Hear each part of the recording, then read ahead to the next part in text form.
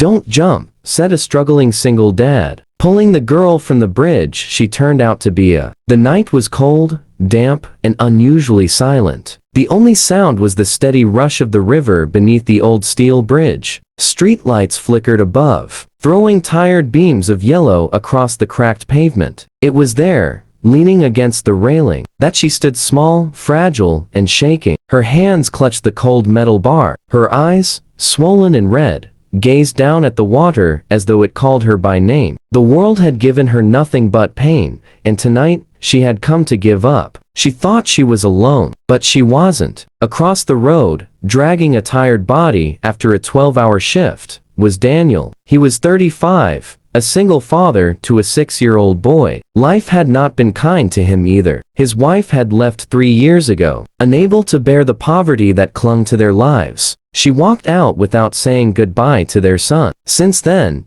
Daniel worked 2 jobs: construction by day and dishwashing at a local diner by night. He should have gone straight home, but tonight, he took a shortcut across the bridge. And that decision changed everything. As he walked, his eyes caught the silhouette of a girl leaning dangerously close to the edge. At first, he thought she was simply staring at the water, but then he noticed her trembling body, the way her feet shuffled closer to the drop. His heart skipped. Without thinking, Daniel shouted, his voice hoarse but filled with urgency. "Don't jump." The girl froze, startled. She hadn't expected anyone to be there. He ran across the pavement, boots pounding against the concrete, his breath sharp in the cold night air. When he reached her, he grabbed her arm, not roughly, but firm enough to keep her from slipping. She turned, her face streaked with tears. "Let me go," she whispered. Her voice was broken, fragile, like glass ready to shatter. Daniel shook his head. "No, I can't. I've buried enough hope in my life. I won't watch someone else bury theirs."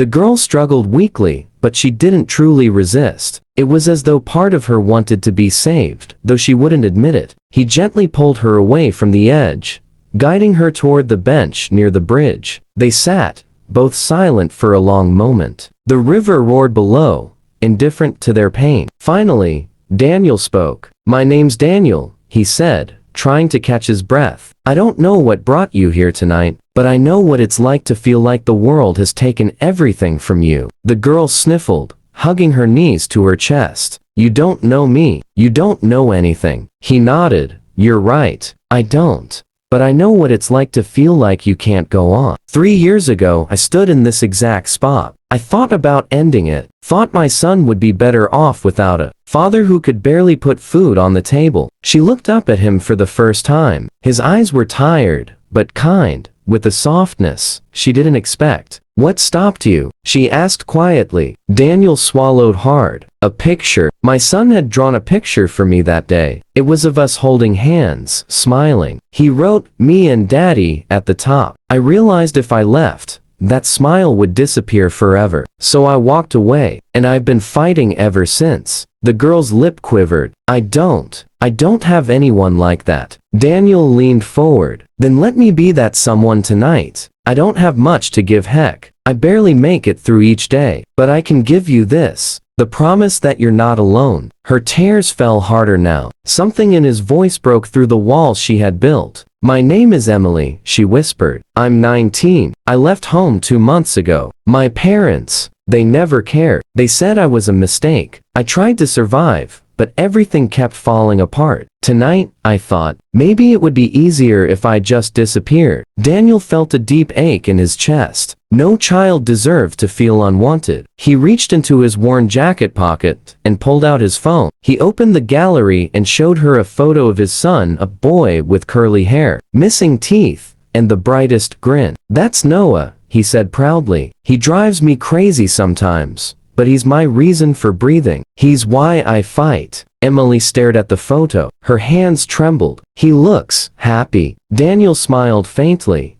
"He is. Because no matter how hard it gets, I try to give him love. Even when there's no money, love is something I can always give." Emily's sobs slowed. For the first time that night, her shoulders relaxed just slightly. Daniel studied her face, seeing not just a broken girl, but someone who still had years of life waiting to be lived. Someone who needed a chance. "Emily," he said gently, Tonight could have been the end of your story, but what if it's the beginning instead? What if this is the moment everything changes? She bit her lip, uncertainty clouding her eyes. But I have nowhere to go, no one to help me. Daniel thought about his small apartment, the single bed he shared with his son, the overdue bill stacked on his counter. He had nothing extra, yet, deep inside, he knew he couldn't walk away. You can come with me, he said quietly. It won't be much, it's cramped, messy, and noisy, but it's safe. And maybe that's enough for tonight. Emily stared at him, shocked. You'd do that? For a stranger? Daniel nodded. Because someone once told me the only way we survive is by carrying each other. And maybe tonight,